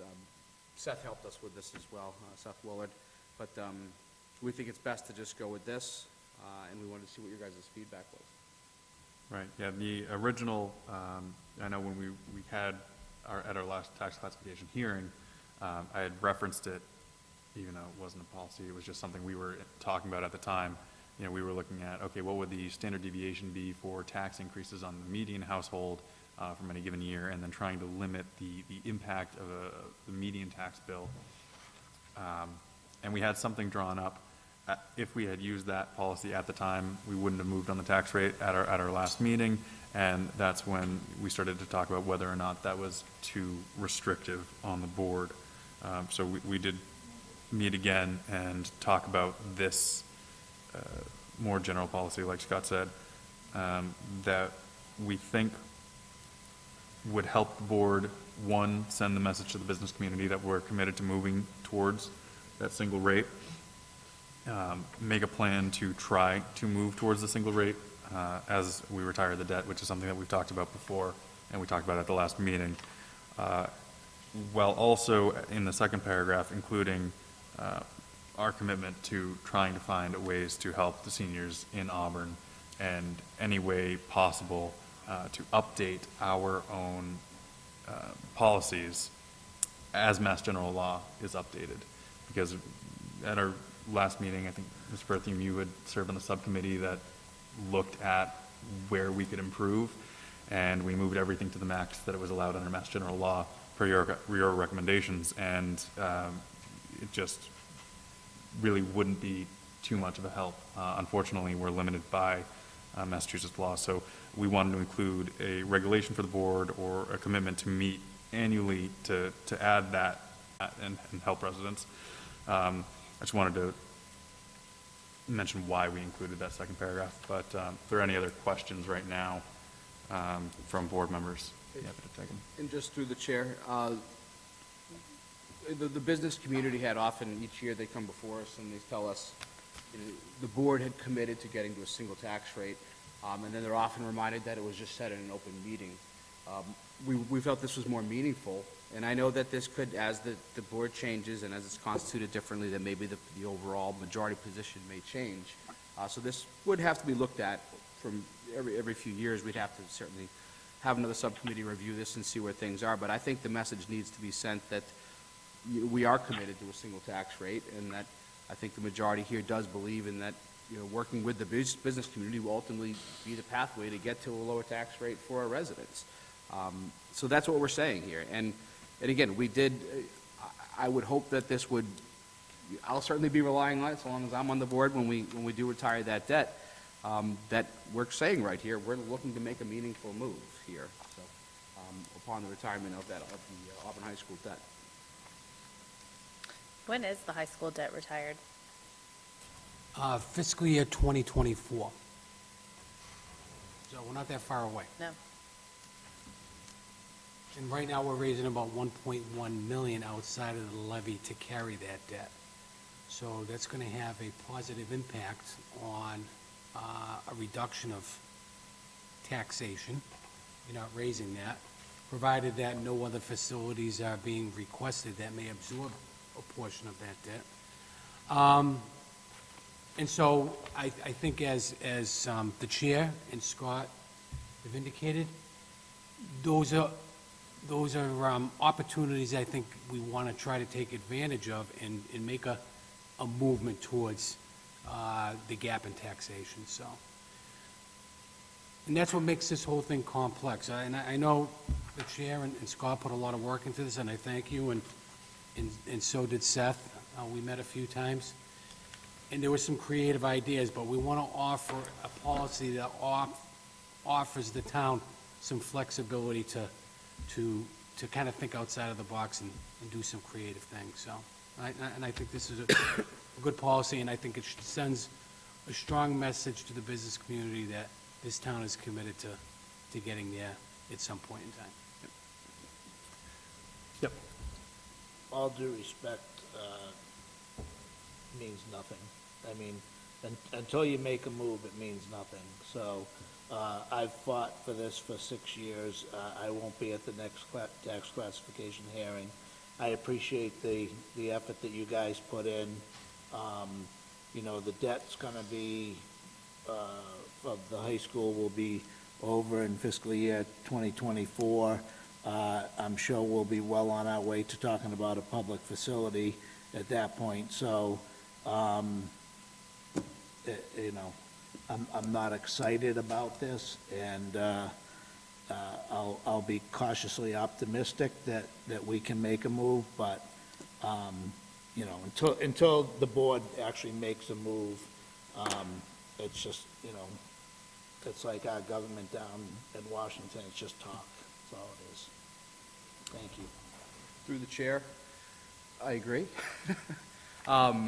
Especially last year when people's values went up and that was an argument not to raise or not to move. Wait till you see what happens when people's values go down, what happens to the economy, and you'll never move on a tax rate in that economy. And so at point, when do we move? If we couldn't move last year, I don't see how the board could move, but this was the best we could do. I had to learn about standard deviations and the mathematical equation on how to do that. I made them learn about it for nothing. But I do take your point, I do. I think that putting this policy in place, and like it's been pointed out, if we have 3 members, it only takes 3 members to remove the policy. But it does give the business community something in writing to actually say, instead of saying, you know, oh, 10 years ago there was a commitment when, 10 years ago, the board that was completely different said that we wanted to do that, and that wasn't a very strong commitment. I think this is definitely a stronger statement that that's the direction. It ties the board to something.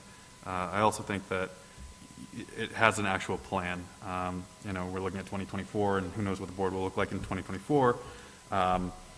But it does lay out a plan for getting to that single rate. So I'm hoping that it works and that we can move in that direction. I also want to take the time to thank Seth, who actually emailed. I don't know if you just emailed it directly to me today or to the whole board, but a way to actually sign up to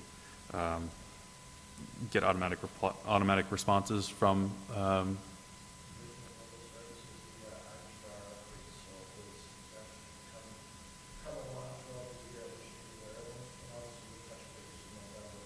Yep.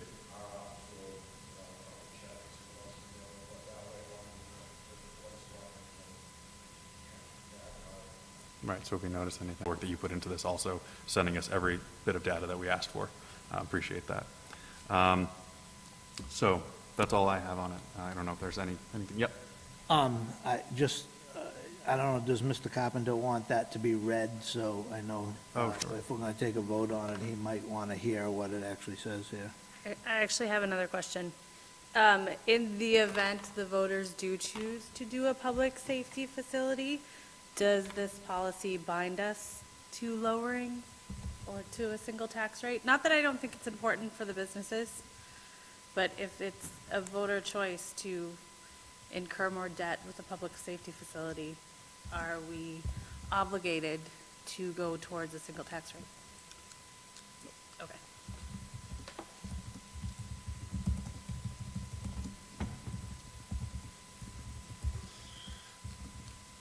Mr. Carpenter, it sounds like I'm typing it out. It may take a second. I don't know if you had something that you wanted to say in the meantime. My general feeling on this is the board, those who serve with me, which is 2 of you for the long, I do not share your passion for a single tax rate. My suggestion, rather than adopting a policy, is to put a ballot question to the voters and ask them what it is if they support a single tax rate. I think 5 members of the community shouldn't be necessarily making the decision one way or the other. Yes, Mass General Law gives the Board of Selectmen that authority, but I would feel far more comfortable if we went to the ballot and asked the voters directly, what are their priorities? Is their priority the same as the majority of the Board of Selectmen at this point in time? That could be yes, that could be no. Yep, Mr. Berthium. To that point, that would be, I believe, totally unfair to the businesses. I think that, you know, you have, the voters are out there, and of course, every voter is a probably, or affiliated with a home ownership, and they want their taxes to be, as low as possible, and so to put something on the ballot that just says, do you want to go to a single tax rate, as opposed to like moving toward a single tax rate, or however we want to word it, I think it would be very difficult to be fair to the businesses, to just put it out there. I think at some point, if the board feels that they have a good calculation on going to a single tax rate, and they want to, show that and then put it on the ballot, that's fine, but just to put a question on the ballot to say, do you want to go to a single tax rate or not? I don't think there's enough education out there right now to make it fair to the businesses.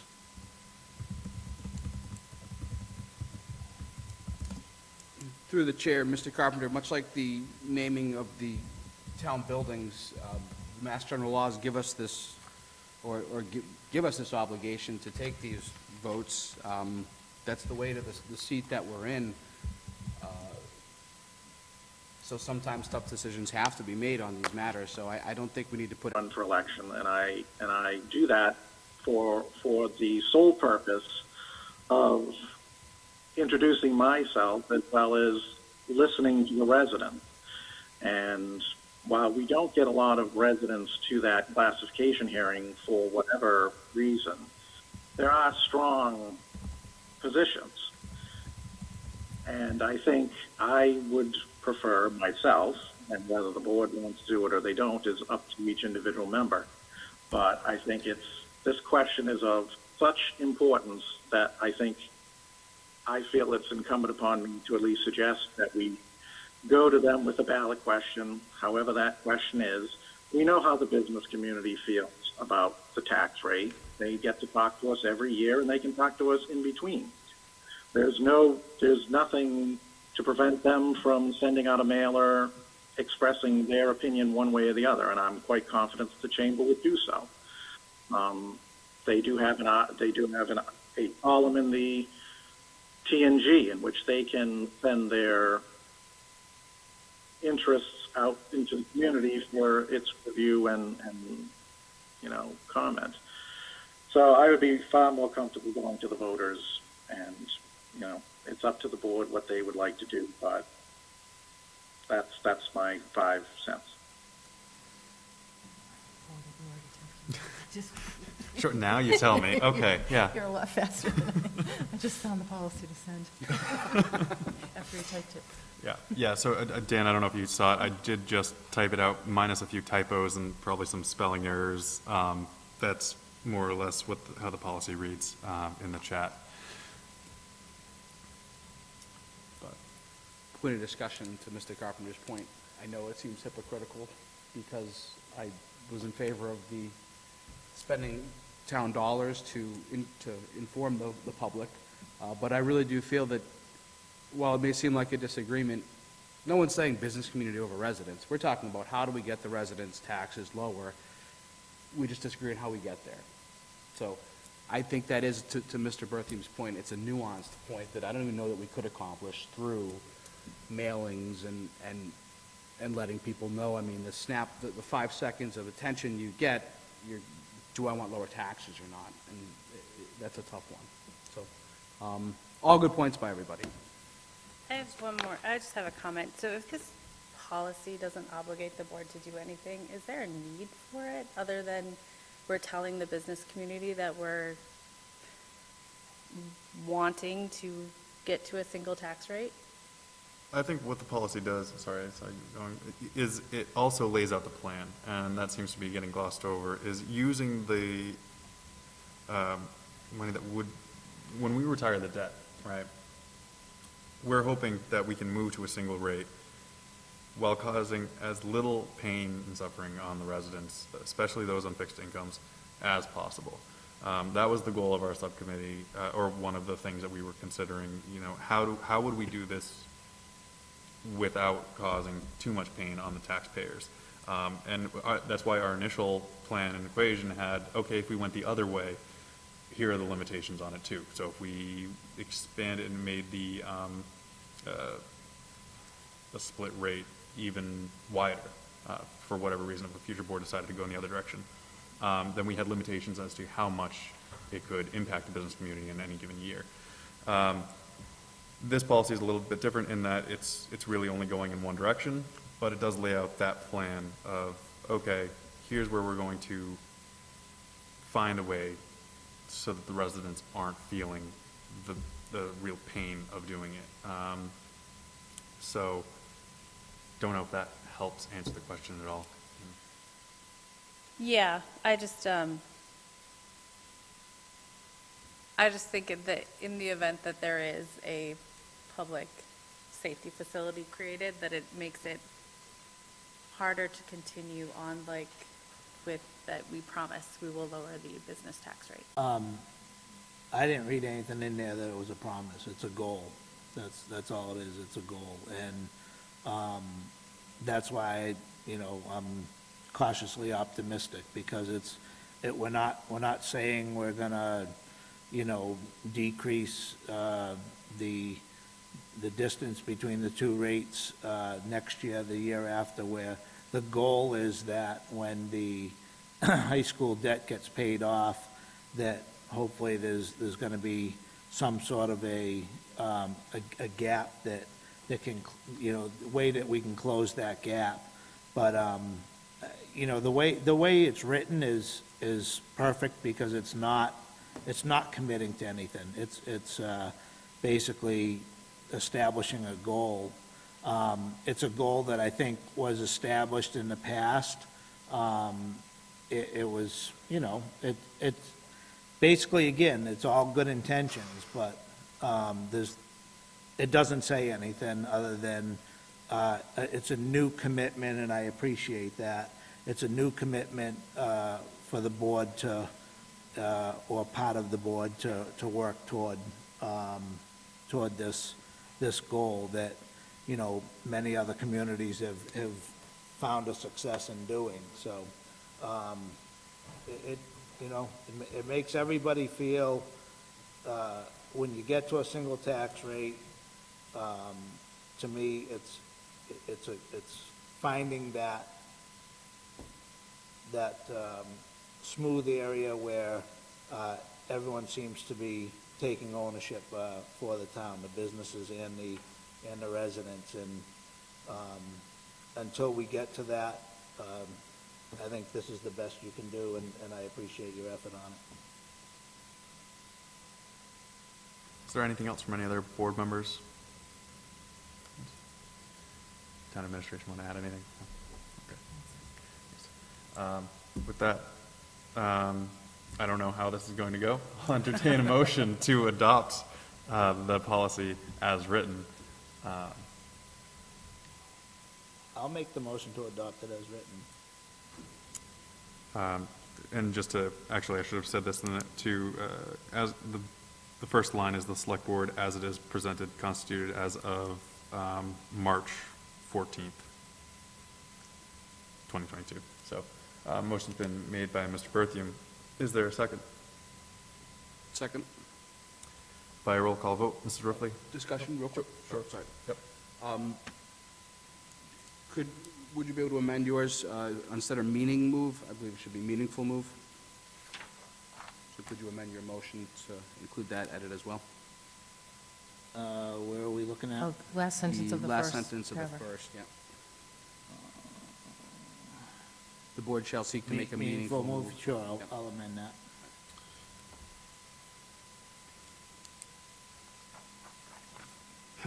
Mr. Carpenter, you'll notice that I corrected that while I was typing it out to you, but so yours already reads that way.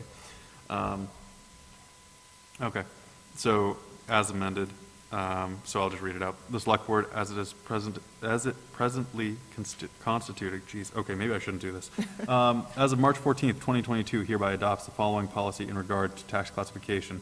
The board shall seek to move towards a single rate in a responsible manner so as to not cause sharp increases to the average residential property tax bill. Further, upon retirement of the Auburn High School debt exclusion, the board shall seek to make a meaningful move towards a single tax rate without increasing the average tax bill as a result of moving on the rate only. Further, the Select Board, in recognition of the financial burden of regular tax increases and in continued effort to mitigate these effects on residents dependent on fixed incomes, resolves to meet annually in November with the town assessor for the purpose of reviewing all tax relief policies currently adopted by the town of Auburn. The aforementioned meeting will include a report from the town assessor on all such policies, as well as any recent and relevant alterations adopted by the General Court of the Commonwealth that would allow for the alterations to town policies. Motion was made by Mr. Berthium and seconded by Mr. Wren, and by a roll call vote. Mrs. Ripley? No. Mr. Berthium? Yes. Mr. Carpenter? No. Mr. Wren? Yes. And the chair votes yes. It passes 3-2.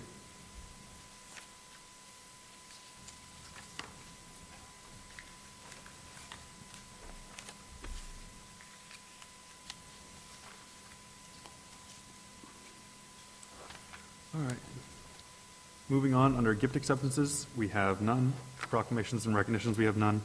Under town manager items, we have the ARPA fundraising request that we talked about under the open hearing, so if there's nothing else. I'll say. Okay. Yep. Table items, we have none. All right, so this is discussion and potential vote to establish a committee for the purpose of adopting a town flag. This was something I asked to add. So I've mentioned it at a couple meetings now. I've met with a member of the Auburn Historical Society, as well as a graphics design teacher at Auburn High, with the idea of coming up with a competition to solicit input from residents and from students at the high school, and really anyone that is an Auburn resident that wants to submit a design to adopt an official town flag.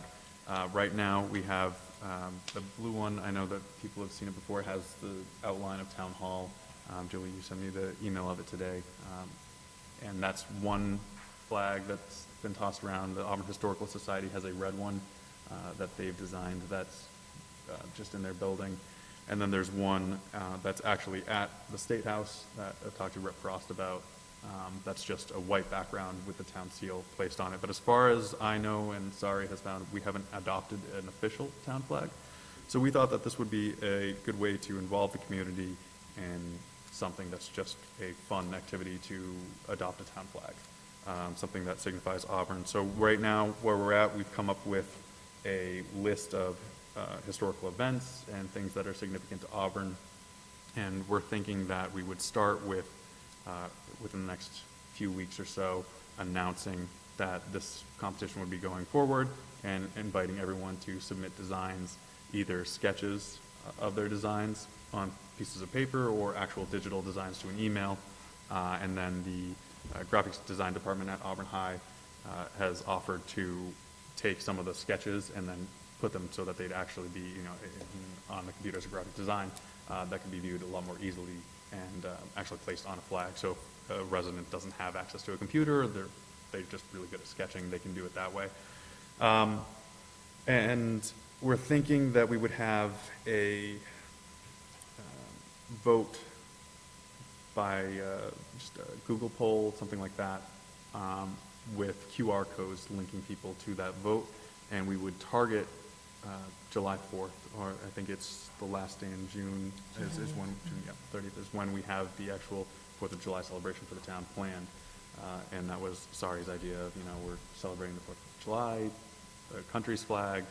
Here's a good way to vote on a town flag. So our idea would be to have this committee that we establish, look at all the submissions, review the submissions, narrow it down to 5 or 6 or so, and then have those be voted on in that week of the 4th of July for one final design to be adopted and then brought back to the board for an actual adoption.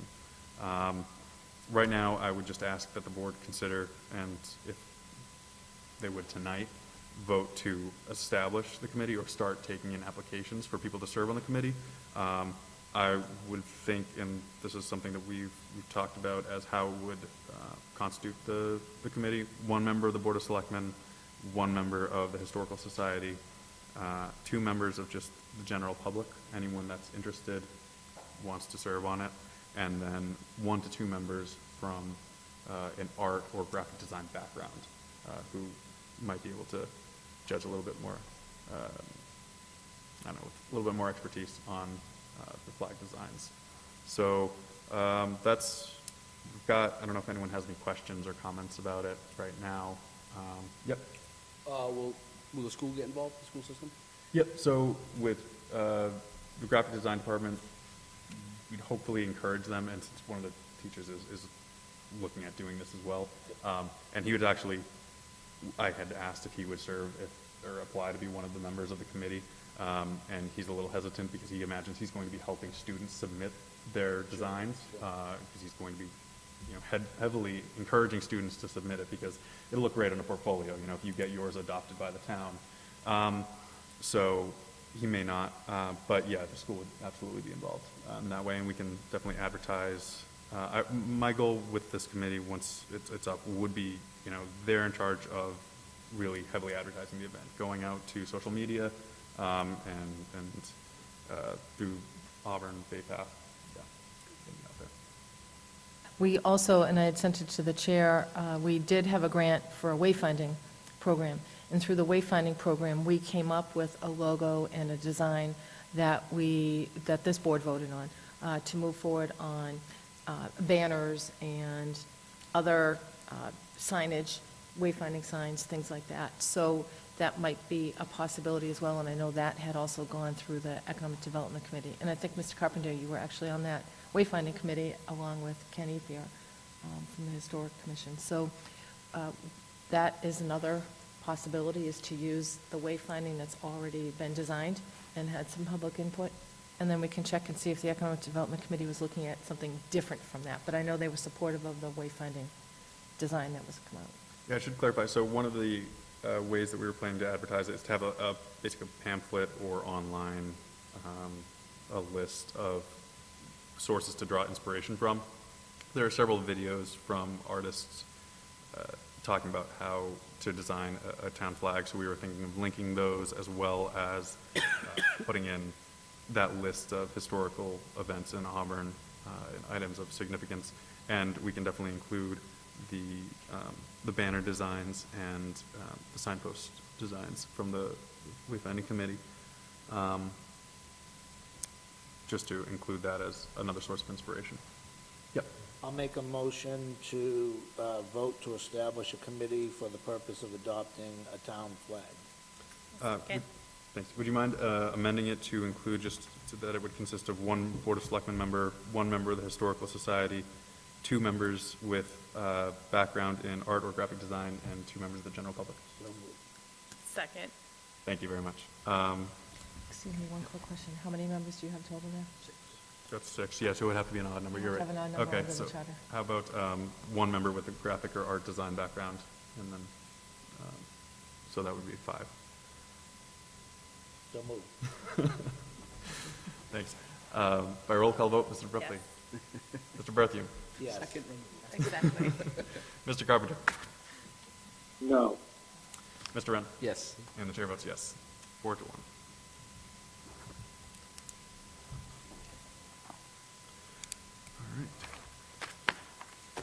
All right. With that, we don't have the minutes from the last meeting, so is there a motion to adjourn? So moved. Second. By roll call vote, Mrs. Ripley. Yes. Mr. Berthium. Yes. Mr. Carpenter. Yes. Mr. Wren. Yes. And the chair votes yes. Thank you. Good night.